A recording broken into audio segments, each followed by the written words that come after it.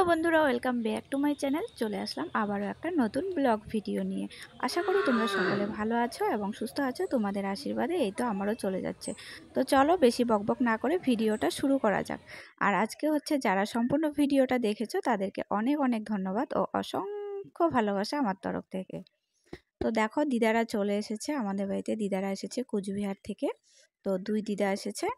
তারা এসেছো বলে পায়েস রান্না করা হয়েছিল, অনেকগুলোই পায়েস রান্না করা হয়েছে, বাড়িতেও দেওয়া হয়েছে শাশুড়ি মাদেরকে, আর আমরাও খাওয়া হয়েছে। আর এটা হচ্ছে মানে রাতে রান্না হয়েছিল পায়েস, তারপরের দিনকে এত টেস্টি হয়েছে না বন্ধু, কি বলবো। মায়ের হাতের পায়েস খেয়ে তো আমি মানে কি বলবো, সত্যি আমার কিন্তু বিয়ে বাড়িতে কোনো পুজো বাড়িতে গেলে কেউ পায়েস দিলে খেতে ইচ্ছে করে না, কিন্তু মায়ের হাতের পায়েসটা ছোটোবেলার থেকে খুব ভালোবাসি। একদম কাজু কিশমিশ দিয়ে খুব সুন্দর করে শুধু দুধ দিয়ে তৈরি করে, এক ফোঁটা জলও দেয় না, ভোগ চাল দিয়ে। তো দেখো আমার দিদুন আর হচ্ছে আমার সোনামা, তো দিদুনরা চলে যাবে, তো তাই আমি ছবি তুলে রাখছিলাম। তো দিদুন ছবির মতো করেই পোজ দিচ্ছিল, যেহেতু জানে না আগের দিনের লোক, তাই না বলো।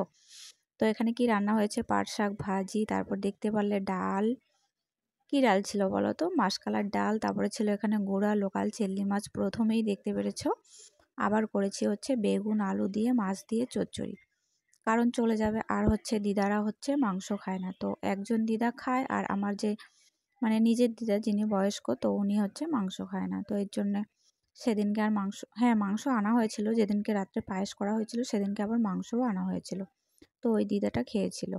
তো চলো আমার ভিডিওটা যদি ভালো লাগে অবশ্যই লাইক কমেন্ট শেয়ার করে পাশে থাকবা, আর আমি কিন্তু সবার পাশে আছি।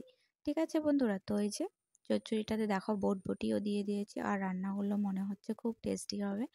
আর কি বলি বলো তো বন্ধুরা, আমরা গ্রামে তো, তো আমরা গ্রামে কিন্তু এভাবেই রান্না করি। আর হচ্ছে মনে করো তেল মশলা দেই, অনেকটাই দেই, কিন্তু আরও বেশি দেওয়া যেতে পারে, কিন্তু এর থেকে বেশি দিলে আবার শরীরে অসুস্থ হয়ে যাবে। আর দেখো আমার মা নিয়ে এসেছে হচ্ছে 1 কিলো দই, দুধ, তারপরে মিষ্টি। রাতে এসেছিল, রাতের দিকে এসেছিল, তো রাতের দিকে এইসব এগুলো নিয়ে এসেছিল।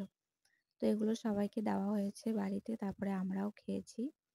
আর হচ্ছে দইটা না কি বলতো বন্ধুরা, খুব ভালো ছিল। খুব কখনো দই অনেক দিন হয়ে গেলে একটু অন্যরকম টাইপের হয়ে যায়, কিন্তু যেদিনকে মা মানে এনেছে তো সেদিনকে খুব খুব ভালো ছিল। আর এই সবজিগুলো তোমাদের দাদা ভাই রাত্রেই নিয়ে এসেছে, দেখতেই পাচ্ছ কি কি রয়েছে, মাছ, বেগুন, বটবটি।